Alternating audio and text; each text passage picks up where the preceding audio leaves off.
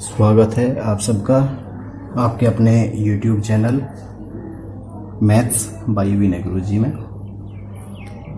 यहाँ पर आज एक नया सवाल लेकर आपके सामने आया हूँ। एक्सरसाइज 2.3 का क्वेश्चन नंबर 5, इसका फर्स्ट पार्ट लेते हैं। इसमें कह रहा है कि विभाजन एल्गोरिथम पर में यानी कि ये इसका उपयोग करते हुए हमें कुछ उदाहरण सामने रखने हैं जिसमें ये कंडीशन फॉलो होती है। फर्स्ट पार्ट ये कि घात px बराबर घात qx, यानी कि घात px जितनी होगी उतनी ही घात qx यानी कि भागफल होता है qx, उतनी ही होनी चाहिए।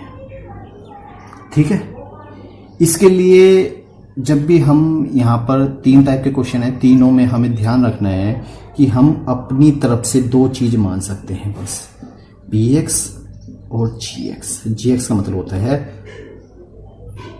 भाजक यानी कि भाग करने वाला। ठीक है, ये 2 मान सकते हैं और अपनी तरफ से जो भी आंसर आएंगे फिर उनमें ये कंडीशन लागू होनी चाहिए, ये हमें सिद्ध करनी होती है। ठीक है, घात px का मतलब होता है कि बहुपद px में जो सबसे बड़ी घात होती है वही उसकी घात कहलाती है। ठीक है, अब देखो एक मैंने एग्जांपल यहां पर लिया है, भाग करके साफ साफ पहले ही दिखा दिया है क्योंकि भाग तुम आसानी से कर लोगे। इसमें जो मैं बात बताना चाहता हूं वो देखिए, ये तो हमारा होता है px, ये होता है हमारा gx और ये होता है हमारा qx और लास्ट में बचता है हमारा rx। ठीक है, इसमें देखो जो बात बताने की है वो ये है कि जितनी घात यहां पर होती है px में, अधिकतम घात कितनी है 2, उतनी ही घात हमेशा gx और qx की गुना कर ही आएगी। गुना करके देख लो, इसकी इसमें गुना, x की x में गुना, x की 2। तो अगर px की घात 2 है तो इन दोनों की गुना कर भी घात 2 ही आएगी। अगर इसकी 4 है तो इन दोनों की गुना कर भी 4 आएगी। इसकी 5 है तो इन दोनों की गुना कर भी 5 आएगी। जैसे मान लिया px की घात 5 है तो इसमें अगर हम gx और qx की घात देखें तो अगर एक की घात 3 है तो दूसरे की घात क्या आनी चाहिए अपने आप 2। ठीक है, x की घात 5 ही है, अगर gx की घात 1 है तो qx की घात कितनी होगी, ऑटोमेटिक 4 होगी। तो इन दोनों की गुना कर इसके बराबर ही आती है हमेशा। तो ये हमेशा हमें बात ध्यान रखनी है। अगर एक और ले लें, x की 5 है और पता लगे इसकी घात 5 ही आ गई तो इसकी घात कितनी होगी, फिर इसकी घात होगी 0, x की घात 0 या फिर कोई अंक ले लेंगे बस। तो घात हमें बराबर करनी होती है, इन दोनों की गुना जितनी आएगी घात उतनी घात हमेशा इसकी होती है। इसी चीज का फायदा हमें यहां पर लेना है। कैसे, देखो हमें कह रहा है कि जितनी घात px है उतनी ही घात qx होनी चाहिए। यानी कि अगर मैं px की घात 2 लेता हूं तो हमारा qx यानी कि दूसरे नंबर का उसकी घात भी 2 ही होनी चाहिए क्योंकि दोनों की घात बराबर है। तो ऑटोमेटिक इसकी घात कितनी रह गई, फिर इसकी घात रह गई 0। 0 का मतलब कोई भी खाली अंक जिसमें x हो ही ना। 3 ले लो, 2 ले लो, 5 ले लो, कुछ भी ले लो तो वो बिना घात वाला हो जाएगा। तो बस इसी चीज का हमें यहाँ इस्तेमाल करना है। तो px को हम कोई भी संख्या मान लेंगे, बहुपद कोई भी घात वाला। हमने एक बहुपद ले लिया कि 4x की 2 माइनस 8x और प्लस के 12। ठीक है, हमने क्या किया gx, अब gx क्या लेना है हमें, बिना x वाला, क्योंकि हमें तो उन दोनों की घात बराबर दिखानी है। ये सब चीजें हम अपनी तरफ से मानते हैं तो कुछ भी मान सकते हैं। तो हमने कोई भी एक नंबर ले लिया खाली जिससे ये आसानी से कट जाए, ऐसा नंबर ले लेंगे हमेशा। ठीक है, तो अब हमें क्या करना है, इन दोनों को इससे भाग करना है और अपना आंसर मैच करना है। ठीक है, करते हैं फिर। अब देखो मैं इसे हटा देता हूं साइड से क्योंकि इसकी अभी हमें जरूरत नहीं है। तो इसमें क्या होगा, इसे हटा देते हैं फिलहाल, और अब इसे इससे भाग करते हैं यहाँ पर। तो ये आ गया हमारा भाग में अंदर 4x² माइनस 8x और प्लस के 12, भाग करने हैं सिर्फ 2 से। ठीक है, तो 2 से, एक तो 2 बार 4 हो जाएगा, x की 2 भी चाहिए हमें, वो नहीं है तो ले लिया। तो ये इसकी इसमें मल्टीप्लाई करी तो 4x² चिन्ह चेंज, कैंसिल। ठीक, फिर माइनस के 8x और प्लस के 12, माइनस चिन्ह वही का वही। फिर 2 में कितने की मल्टीप्लाई करें जो 8 आ जाए, 4 की। फिर x ये भी चाहिएगा हमें, तो यही आ जाएगा माइनस के 8x, चिन्ह चेंज, कैंसिल, खाली क्या बच गया 12। अब 2 की 12 पे भी चल सकते हैं आराम से, तो प्लस का चिन्ह, 2 छिक 12, 6 बार चल जाएगी। ठीक है, तो हमारा भागफल क्या आ गया जो हमें चाहिए, क्योंकि हमें 2 चीज चाहिए, एक px और एक qx। px हमें दिया हुआ है और qx ये हमारा निकल कर आया है। ठीक है, तो इसे ले लेते हैं। तो पहले px हमने क्या माना था, 4x² माइनस 8x प्लस 12। तो घात px कितनी हो जाएगी, घात px का मतलब जो सबसे बड़ी घात है इसकी। तो इसी प्रकार क्योंकि qx यानी कि भागफल क्या है वो लिख दो, 2x² माइनस 4x प्लस 6। तो घात qx कितनी आएगी, इसमें भी सबसे बड़ी घात क्या है, 2 ही है, इसलिए घात px बराबर घात qx। सिर्फ हम इसमें उसी चीज की घात लेते हैं जो चीज हमें सवाल में पूछ रहा है, और ये हमारा दोनों इक्वल आ गए, तो इसका मतलब है ये इति सिद्धम, हमारा सिद्ध हो गया, हेंस प्रूफ। बस हमें अपनी तरफ से मानने हैं px और gx के मान। ठीक है, देखो एक बार दोबारा देख लेना, आराम से समझ में आ जाएगा। चलो इसके सेकंड पार्ट की तरफ चलते हैं,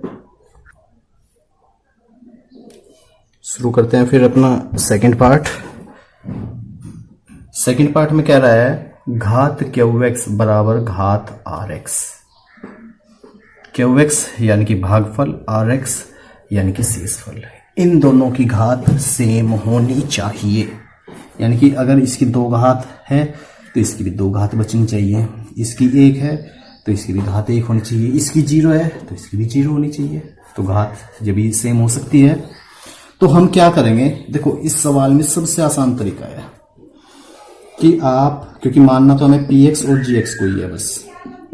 देखो इसी सवाल से मैं आपके अगला पार्ट भी हल कर दूंगा और ये भी, बस धैर्य रखिए थोड़ा सा, बस सवाल हल है एकदम। देखो px और gx को हम समान घात का मान लेंगे बस इन दोनों सवालों के लिए, आसान हो जाएगा सवाल बिल्कुल। कैसे, देखो मैंने सपोज करो मैंने मान लिया कि 3x² plus 3x plus, suppose करो चलो 3 ही ले लेते हैं, या चलो 3 चौक 12 ये ले लेते हैं। ठीक है, इसके बाद इसे और सिंपली कर लेते हैं, सिंपल में ये ले लेंगे बस। इसके बाद जो हम gx मानेंगे वो इसी का ही गुणक होना चाहिए। गुणक का मतलब जिससे ये पूरा पूरा आराम से कट जाए, ऐसी संख्या ही ले लेते हैं हमेशा। तो या तो हम एक नंबर वाला ले लेंगे, क्योंकि 1 से 3 बार कट जाएगा सीधा सीधा ये। तो मैं क्या करूंगा, ये 3 हटा दो बस, x² प्लस x प्लस 1, ऐसे कुछ भी मान सकते हैं हम। अगर यहाँ में 2 वाला मानता तो यहाँ 1 वाला ले लेता, यहाँ 4 वाला मानता तो यहाँ 2 वाला ले लेता, या 1 वाला ले लेता। तो कैसे भी ले सकते हैं, ध्यान बस ये रहे कि आराम से कट जाए। ठीक है, तो ऐसे एग्जाम्पल हम ले लेंगे। तो अब हमने पी एक्स और जी एक्स अपनी तरफ से मान लिया और हमें लाकर क्या दिखाना है कि इन दोनों की घात सेम है। तो घात सेम के लिए हमें पी एक्स को जी एक्स से हमेशा भाग देना होता है, पी एक्स को जी एक्स से। तो मैं भाग देता हूँ साइड में और फिर घात देखते हैं क्या आती है हमारी। ठीक है, तो भाग देना है। तो हमने क्या किया, x की 2 प्लस x प्लस 1 से भाग दिया किसे, 3x की 2 प्लस 3x प्लस 3। मान लिया कोई संख्या भी अलग ली तो कोई दिक्कत नहीं है हमारी। चलो मैं अलग भी लेके दिखा देता हूँ आपको, ले ली फाइल। ठीक है, अब हमें भाग करना है तो यहां भी मैं 5 ले लेता हूं। भाग करने के लिए देखो हमें पहली संख्या इक्वल करनी है, बस मेन काम। तो यहां पर हमने किया 3 से भाग गुना करेंगे तो 3 की गुना इसमें जब करेंगे तो 3x की 2 ही आ जाएगा, तो 3 से मल्टीप्लाई करो। तो ये आ गया हमारा 3x की पावर 2 प्लस 3x और प्लस 3 एकम 3। चेंज घात चिन्ह, ये कैंसिल, यहां क्या बच गया 2 प्लस का। ठीक है, अब इसकी मान नहीं चलती तो ये हमारा क्या बच गया RX और ये हमारा आ गया QX जो हमें चाहिए, QX और RX चाहिए। तो सबसे पहले हम लिख देते हैं ये इसके बाद करना है ये, फिर लिख देना है क्या कि चूंकि QX बराबर है 3 तो घात QX कितनी हो जाएगी जी। घात QX का मतलब है इसमें x की कितनी घात है, यहाँ x की कोई घात नहीं है, इसका मतलब है घात QX कितनी हो जाएगी हमारी 0। ठीक है, फिर ऐसे ही चूंकि अब RX चाहिए हमें, RX बराबर है 2 तो घात RX बराबर कितनी होगी, इसमें भी घात कितनी हो जाएगी 0, क्योंकि यहां भी x की घात कोई है ही नहीं, इसलिए घात QX बराबर घात RX, यानी कि दोनों की घात सेम है, बराबर है। तो ये है इति सिद्धम, ये हमें सिद्ध करना है। ठीक है, तो सबसे पहले हमने px और gx को माना, उन दोनों को भाग किया। भाग करने के बाद जो चीज हमें चाहिए पहले हमने उसके लिख लिया, फिर उसकी घात लिख ली। हमें QX चाहिए था, हमने QX का मान रख लिया, उसकी घात देख ली 0 आ गई। ऐसे ही RX की घात, ये भी 0 आ गई, ये आ गया हमारा। तो दोनों घात इक्वल आ गई, तो घात QX बराबर घात RX, ये हमारा प्रूफ होता है। ठीक है, एक बार स्क्रीनशॉट ले लो, फिर मैं देखो यहीं पे आपको तीसरा क्वेश्चन भी हल कर देता हूं। ठीक है, ले लिया। अब देखो तीसरे क्वेश्चन में मैं कुछ चेंज नहीं कर रहा इसमें ज्यादा, ये करता हूं जो हमें सिद्ध करना है। थर्ड पार्ट है, अब इसमें कह रहा है वो हमें कि घात RX बराबर 0, घात RX बराबर 0, ये हमें सिद्ध करना है कि घात RX जो है वो 0 है। साफ साफ यही है, यही सब है। इसमें देखो घात RX कितनी है हमारी 0, और ये तो हमें सिद्ध करना है। तो हमें करना क्या है, ये ऐसे कैसे रहेगा, ये भी ऐसे ही रहेगा। अब बस मैं इसे हटा देता हूं। अब जो मान हमें चाहिए बस वो देख लेंगे। हमें चाहिए RX, क्योंकि घात RX चाहिए, तो लिख दो चूंकि RX बराबर कितना है हमारा 2, तो घात RX कितनी हो जाएगी हमारी, x की घात कितनी है यहाँ पर 0, तो घात RX कितनी हो जाएगी 0। और यही हमें क्या करना है, सिद्ध, इति सिद्धम।